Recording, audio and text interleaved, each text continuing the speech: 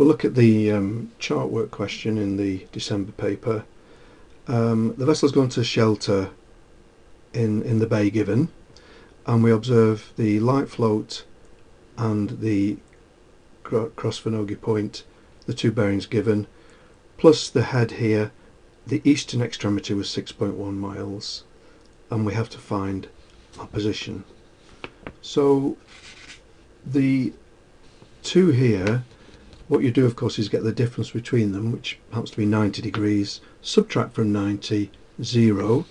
So you would join the two together, find the midpoint and draw a semicircle. Now obviously the semicircle is going to be on this side because we're told this is the bay that we're going to drop anchor. Once you've drawn that semicircle, I've put dotted lines there. That's the only reason I've done that, is to try and make it stand out. Then the eastern extremity, go across at the distance given, and where it cuts our semicircle, that's our fix. And I'll just put here what I got there. The bearings 188 and 088 true, so I got a compass error of 3 east. There's my position, and the deviation will be 7 degrees east. So that's the first part, position of the vessel and the deviation. Then the vessel is going to leave at 0700 hours, and we're going to get 5 miles, and it is, you can't actually see it on here, but I've plotted 5 miles due south of Capel Island. It's 1100 hours. We've got a northerly gale and a tidal stream, and we need our compass course and the position when the vessel mine headlight is abeam to starboard. Now there's two ways you can do this. Plot the course you have to make good all the way from your fix to the waypoint. You've got 4 hours to do it in, so you could actually measure this line, split it into 4 1-hour sections, and then do the tide for 1 hour, and then that would give you your vessel speed and the true course that you have to steer. Myself personally, I complete the whole triangle, so I've plotted 4 hours worth of tidal stream here, run my water track with the 1 arrow, and then I measure from the end of the tide to the waypoint, and that will give me the distance that we will actually to work out our speed, because of course the tide is pushing us along. So from that I got the course to steer, the water track if you like, 246. Leeway is 4 degrees northerly, so the actual helm will be steering 250.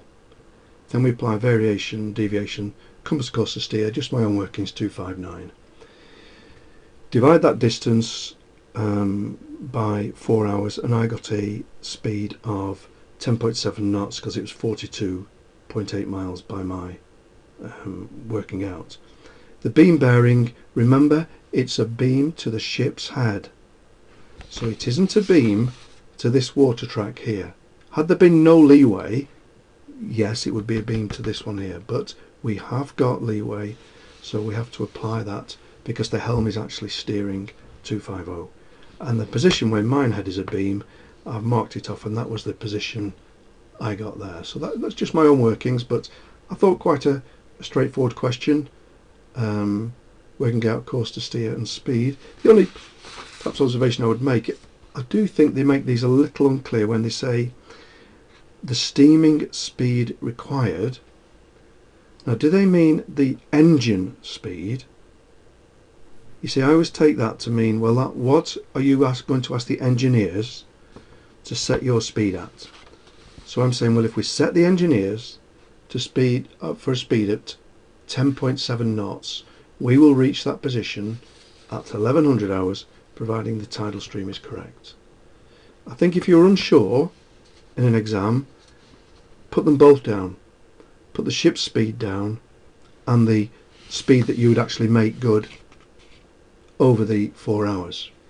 Obviously the speed you'll make good will be more because you've been helped by the tidal stream. So there always is a little bit of confusion with that. But my advice would be, any doubt, write them both down so that you let the examiner know you quite understand the difference between the two.